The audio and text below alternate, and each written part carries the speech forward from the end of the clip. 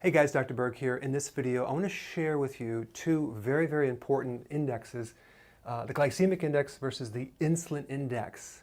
Now, I'm just going to pretend you've never even heard about this one, so just to keep it really basic. So the glycemic index is the scale of foods that has influence over your blood sugars within 2 to 3 hours. So there's certain foods, like jelly beans, for example, that you eat that you trigger a lot of sugar response or a lot of sugar in your blood. It spikes up, okay? And so that would be very high on the scale. But eating celery, which is a carbohydrate, does not create that same effect, okay? That would be low on the scale. And that's the glycemic index. It has to do with how fast carbohydrates or sugars turn into or affect the blood sugars, okay? And you have different things to alter that, like fiber, how much sugar that is in that carbohydrate, that type of thing. Then the insulin index is all those non-carbohydrate foods that affect insulin. Okay, so in other words, when you eat sugar, you trigger insulin, but there are other foods that you eat that won't necessarily, they're not sugary foods, but they do trigger insulin. Okay, so we're going to explain that.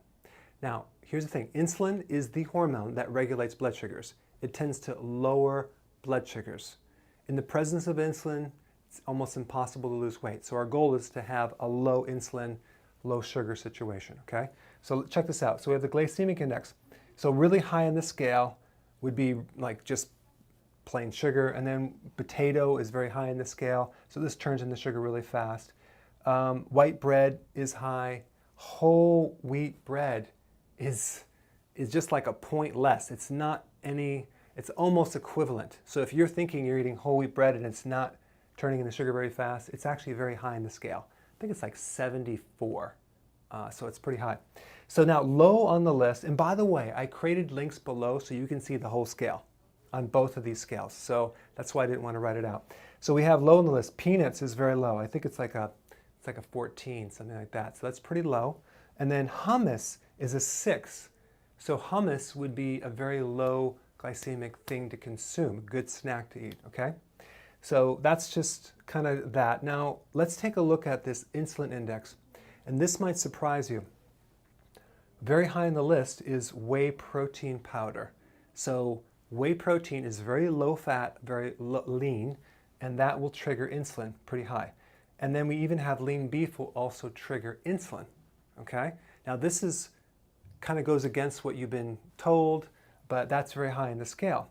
And then as we go down the list, egg whites, because it's less fat, is higher on the list. Egg yolks are lower on the list. It creates less of an insulin response. And then butter, bacon is even lower. So my point is, when people are trying to lose weight, what do? They avoid the fat. And what do they eat? More protein.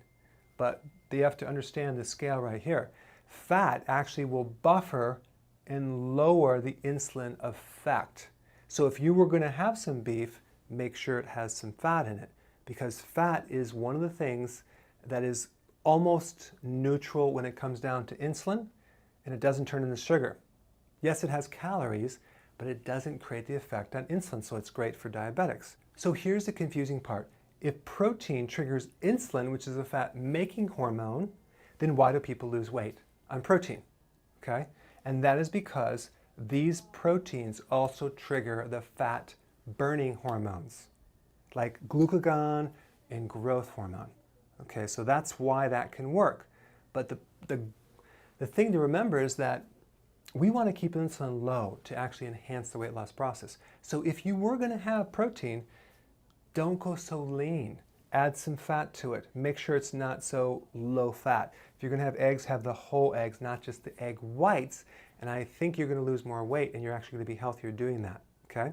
So I just wanted to kind of summarize what these indexes are, and I have the links below so you can go ahead and study those and go ahead and apply this information. The goal is to keep insulin low, and it just so happens that the only foods that don't really trigger insulin that much are the fats, the exact foods that people have been avoiding.